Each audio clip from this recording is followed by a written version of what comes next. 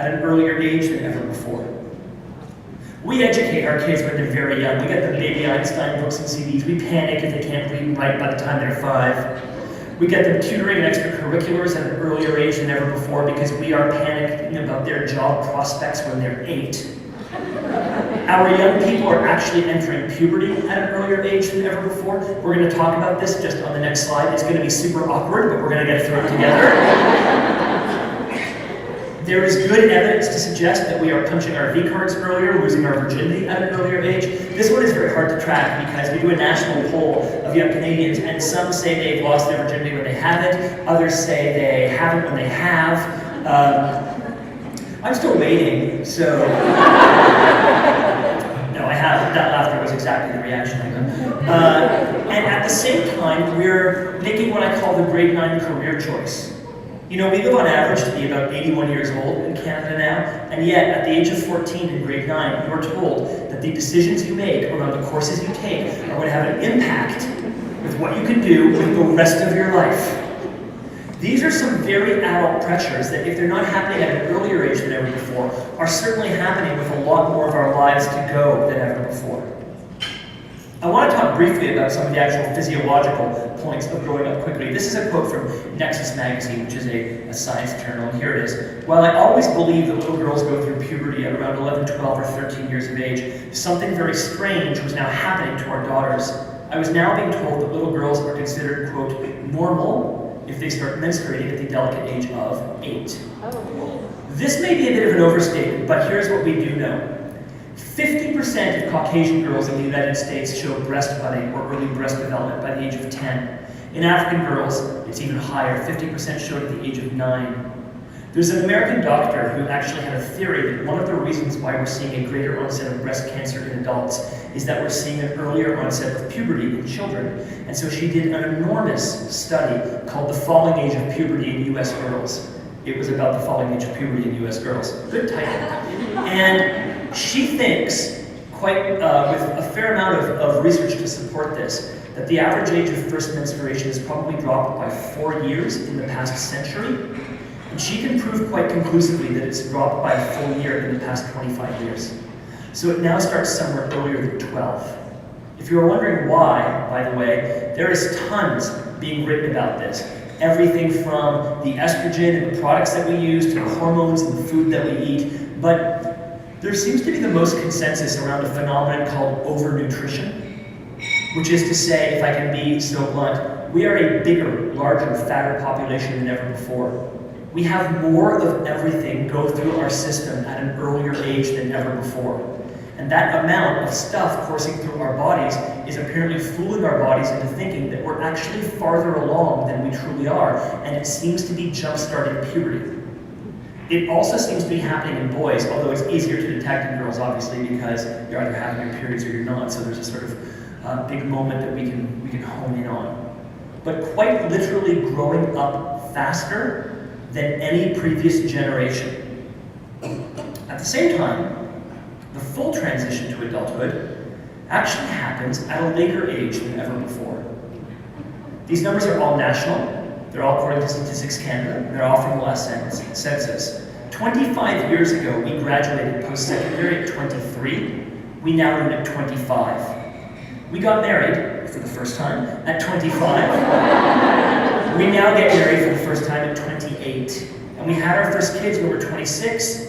We now have our first kid on average when we're 29.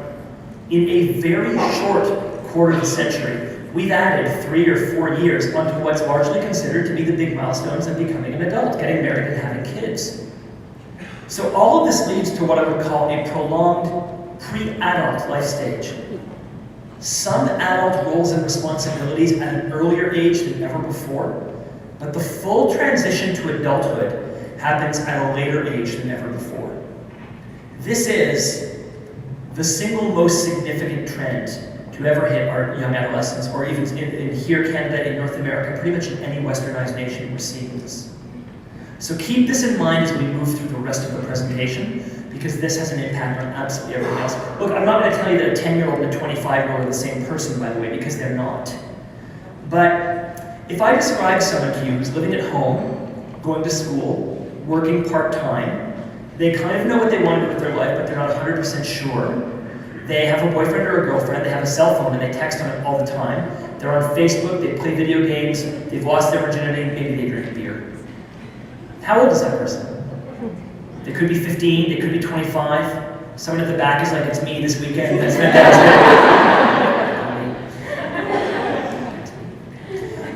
But that's the point I'm trying to make. Those two ends of the spectrum have never had as much in common as they do right now. And one of the reasons as employers or potential employers or people just interested in how young people are getting work is it's very difficult sometimes when you are thinking of employing a 23-year-old or a 24-year-old to know exactly what kind of person that is. Are they new careerists embarking on what's going to be the first career in a long and distinguished series of jobs in the same sector? Are they someone who's about to change their minds and go to school next year for an entirely different career? Are they someone who's actually never had a real job above and beyond, let's say, frontline retail, who might be making that first transition? Or are they someone who's about to get married and have a kid? It's really hard to tell now, which makes managing these employees really difficult, but we'll talk about it. One last trend I want to talk about is, y'all have heard a lot about millennials or Generation Y, I imagine. We hear a lot about this. They're the last sort of fully labeled, fully defined generation that we can talk about. And the last of these guys were actually born in 1995 or 1996. Meaning that this year or next, we're going to hear about the transition to Generation Z. The next generation, post-millennials. And you will hear a lot about them because whenever any generation hits what's considered to be a milestone age for that generation, we talk a lot about them. We put them on the cover of Time Magazine or whatever iPad app has now replaced Time Magazine. We did it with boomers at 40s and Xers at 25 and millennials or Generation Y at 21. And we will be talking about this new group and what makes them different over the course of the next couple of years. So I want to give you all a heads up. One of the most important things about this group is that they actually have a bigger impact on their parents than any prior generation. This generation is allowed to have an impact on their parents. Their parents pay attention to what they're doing and what they're saying. On the left-hand side there is a screen cap from season 1 of The Real Housewives of Orange County. Anybody watching any of these Real Housewives shows? Hands up if you are. It's okay. We're allowed to. Sure, one person puts their hand in, other people are kind of tentative. Can I say this? These people have to respect me in the workplace. Don't worry about it. So depending on how good your eyes are or how far back you are, you may not be able to tell who are the moms and who are the daughters in that photo because they're both styled exactly the same. On the right-hand side is a picture from an article in New York Magazine about exactly this phenomenon. Again, the parents and kids are looking exactly the same. So I want to keep in mind something for this generation. They can't remember 9/11. They were around during it, but 9/11 means exactly to them what the fall of the Berlin Wall means to a 25-year-old right now, or JFK's assassination means to me, or World War II means to almost everybody in this room. You know it's important, you understand it was tremendously significant, but think about the way you react to any one of these first two photos and the way you react to the next two photos. It's very different to remember where you were at 8:38 in the morning, September 11th, 2001, than to have heard about it or read about it somewhere. So this is a group, that feeling that you're all having right now, remembering where you were that day, this is a group that will never have that feeling. Hopefully we'll never have to have that feeling, if I could add. So, what are the big implications for knowing them? Well, connectivity, involvement, and influence is important, and fun for the whole family is being replaced by cool for the whole family, as this group of digital natives has a significant impact on their parents and their family lives. It's not just that they're dictating what's cool to their families, that actually their families are looking to connect to them through technology. Hands up if you have an under 18-year-old living at home. Keep your hands up if when you want to get in touch with them quickly, you phone them. Put your hands back up if you text them. That's my point exactly.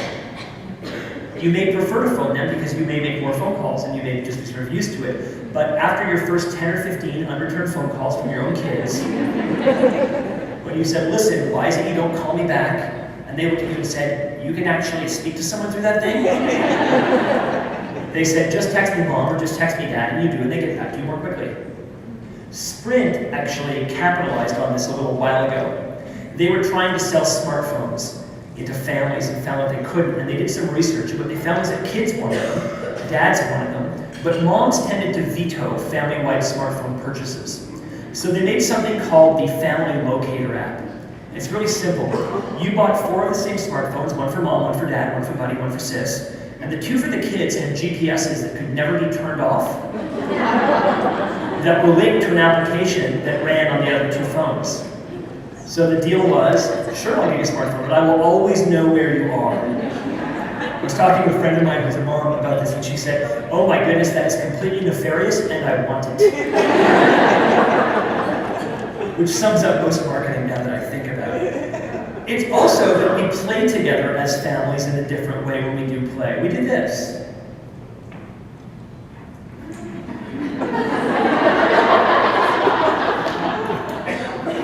Anybody in the room have a video game system at home? Anyone ever played video games with their kids? Tried. Also fair, I'm sure tried. I mean, look, when I was growing up, there was no way my dad was going with me to an arcade to play Pac-Man with me. In fact, middle-aged men who hung out in arcades were kind of creepy.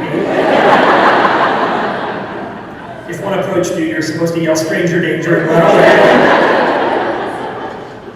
But now, we do this.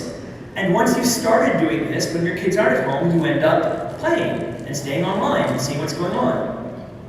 My dad joined Facebook because my sister had 2 kids, and he kept on saying to her, hey, I want photos of my granddaughters. And she said, you can wait for me to send them to you, or, like another billion people on the planet, you can get on Facebook, where you will notice there are about 19 photo albums dedicated to each of your granddaughters. So it's not as if he's as active on there as a 16-year-old would be, but he's on there, and he's, got 50 Facebook friends, and he sees what's going on.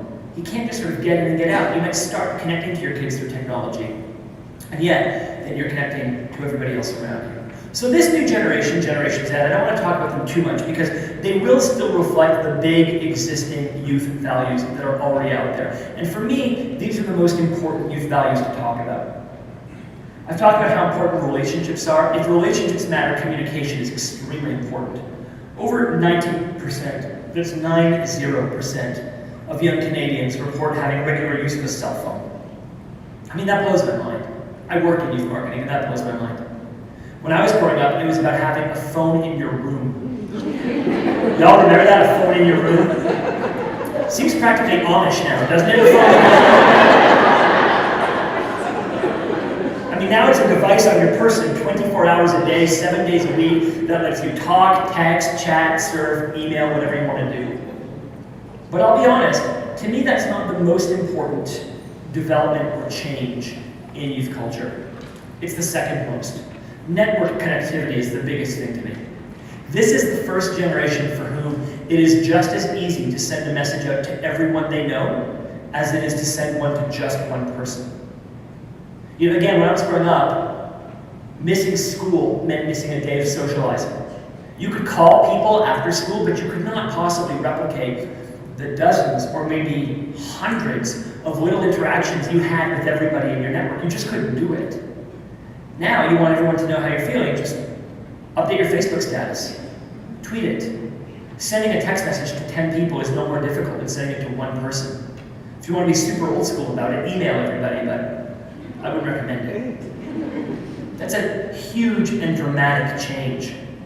In fact, it's had a huge impact, I think, on how important school is as a social hub. Because I was actually somewhat limited in who my friends were based on, did they go to my school? It really was impossible to see your friends unless they lived right in your neighborhood anytime during Monday to Friday. It was really difficult. You needed, obviously, to have that place to connect to them. Now you can have friends that live in another neighborhood or another city or another province or even another country. And updating them all the time is really easy through the internet. Updating all of them all the time is really easy. I put information up there as a value because essentially if you're, 26 or 27 or younger, you've never really known a world without a free, constant, global source of information at your fingertips in the internet. Now that's amazing when you think about it. So that's why I put information up there as a value. It's hard to explain in a limited amount of time, it's a whole other presentation. But the way we connect with information and how we expect to manage it is an enormous difference between adults and young people. Who in the room is using Microsoft Outlook for email? or Mac Mail. Anybody on Lotus Notes? Oh, good. Do y'all have a folder list running down the left-hand side? And have you put subfolders in your subfolders? So now it takes you like 45 minutes to find where you've put anything? Google's email service, Gmail, doesn't really let you make folders. You can label stuff if you want to, but the truth is, the software can search through every email you've ever sent or received and get you what you want faster than you yourself can organize it and find it. In fact, Google's actually developed an algorithm for Gmail that it's already started ranking your mail and putting your most important messages at the top of your inbox. I want to tell you, I use a lot of email for work, and it's unbelievably accurate how it figures out what is the most important to me. I mean, Google's changed everything. You all use Google Maps or Google Earth? What was the first thing you looked at on Google Maps or Google Earth? Your own house, right? I just love that because it's $1 billion in search engine and satellite technology.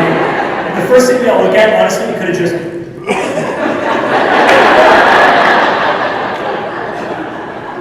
Great Wall of China, who cares? Eiffel Tower, whatever, this is my roof. My gutters are dirty. So imagine growing up in that world, where for us, looking at another country meant opening up a big book called an atlas and seeing a hand-drawn picture of that country. For them, it means a satellite photo of it. And what I've noticed now is people are complaining that Google's satellite imagery isn't updated quickly enough. That's what I love. Sorry that that free satellite photo taken from 25,000 feet above the Earth isn't being updated fast enough for you. What a bummer. But keep that in mind. We are used to a finite amount of information and we would organize it ourselves. They are used to an infinite amount of information that requires technology to organize it for them.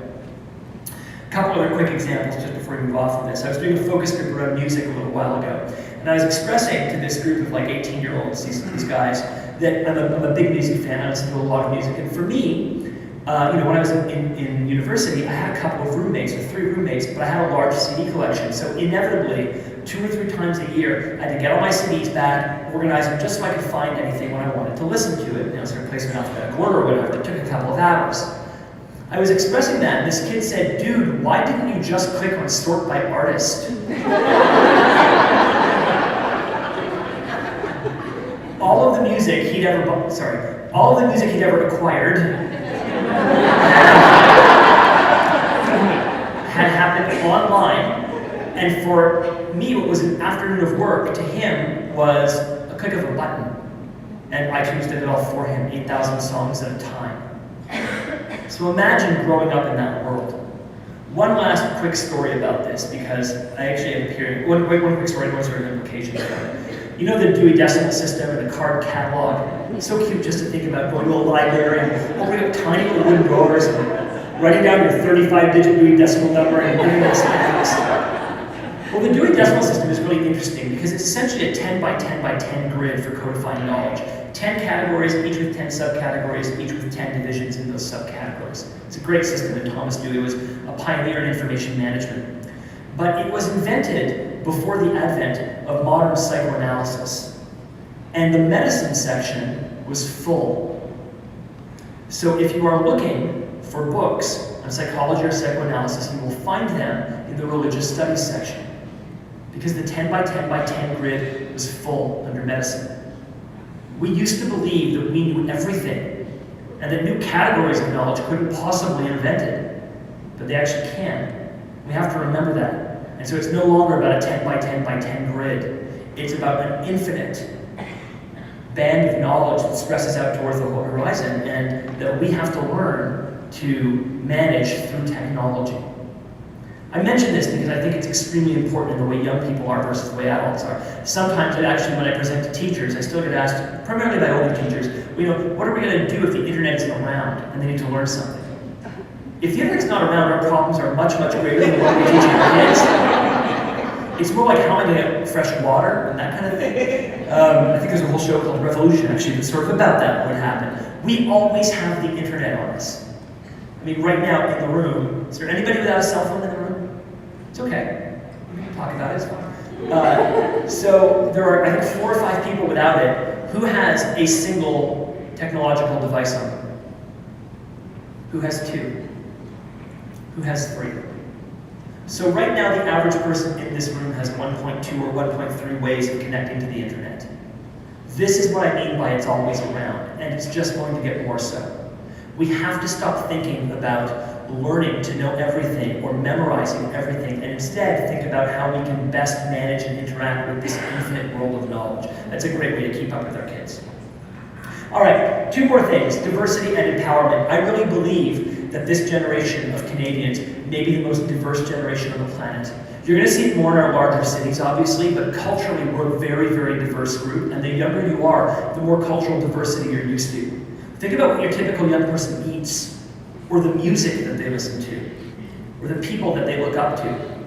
This is, again, a generation who, if you're 16 or so, as far as you know, maybe if you're, let's say, 18 in America, as far as you know, in every election you can vote for, there's always been an African-American presidential candidate. It's a different world to grow up in. And lastly, I have empowerment up there as well, simply because all this technology and all this media empowers our young people. In fact, I think this group is enabled by technology and fueled by media. As a guy named Jerome Lanier said, we already knew that kids learn computer technology more easily than adults. What we're seeing now is that they don't even need to be taught. It's as if children were waiting all these centuries for someone to invent their native language. I love that quote. I wish I'd written that quote.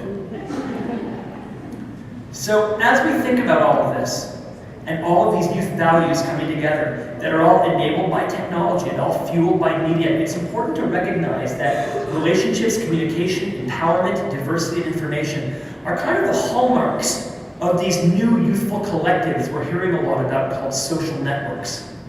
This is an often a good time to start talking about social media or social networks in a part I like to call me to we. Before I start, quick question. Who's on Facebook? Awesome. Who's on Twitter? Who's never been on Twitter? Who thinks I'm stuttering when I say Twitter?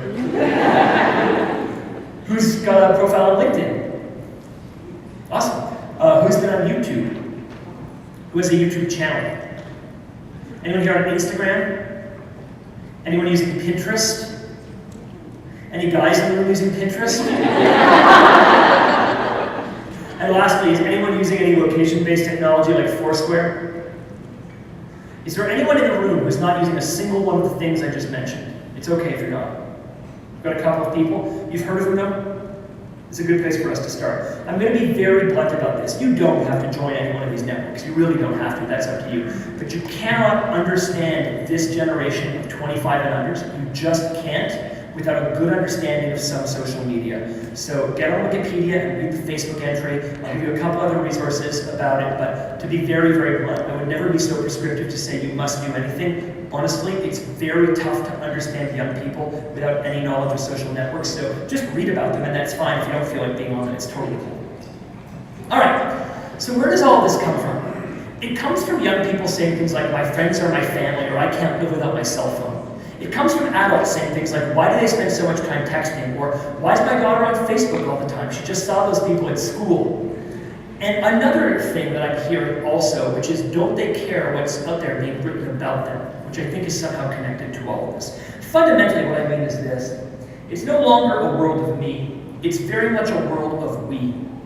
A world of connected young people living very much in the here and now of youth culture and networking. And as an author named Emily Nussbaum said, the way that young people share online and the way that adults share online represents the biggest generation gap since rock and roll. Let me express this by trying to talk a little bit about boomers and Xers, and I need to go a little bit back. So this notion of adolescence, first and foremost, is very new. You know, the word teenager, teen, didn't actually really appear in our language until the 1920s or 1930s. And the first real example of teenage culture actually appears post-World War II. And it wasn't actually really until the birth of rock and roll, which is only about 65 years ago, that we first started to really hear about this notion of adolescence. It used to be that you were a kid, and then you were an adult, and there wasn't much room in between. There's a lot of fascinating statistics about this, like the fact that between 1920 and 1950, high school enrollment rose by something crazy like 700% in the United States. Essentially, as we moved from sort of an agrarian economy to industrial economy, we stopped having kids who, as soon as they were old enough, had to help us tend the land and be those little mini adults. And instead, we had kids who had longer to get educated and develop youth culture. But just remember, it's very new. So it's been changing a lot too. Remember that prolonged pre-adult life stage I told you about? Well, for boomers and Xers, it didn't really exist. You went from being 18 to being 25, and in that period of time, you graduated high school, you started your first job in your actual career, and you probably got married and may very well have actually had your first kid. You also probably graduated post-secondary if you were even going to it at that time. So for those generations, the age of me was always the age of next. It was all about that passage to adulthood. It wasn't youth being a life stage as its own. Remember, there were youth movements like the Summer of Love or punk or disco, but those were actually seen sort of as being at war with adult culture and a phase that you would pass through. There was also no internet. There was no easy way to connect to tons of other young people like you and celebrate youth culture. So the funny thing is, we always got asked this question as young people: what are you going to be when you grow up? Almost as if what you were at that time didn't really matter. Compare that to millennials, where the age of we is the age of now. And between 18 and 25, or even 18 and 30, everything is youthful and everything is celebrated. And it's not about being an adult. It's about being at your age. So the age of we is the age of now. Young people are influencing adult trends, sometimes setting trends that adults follow. The easy connection they have to another network of young people validates all of their youthful choices. So Facebook doesn't say, hey, what's happening next week? Facebook just says, what's on your mind? Twitter doesn't actually say what's happening tomorrow. Twitter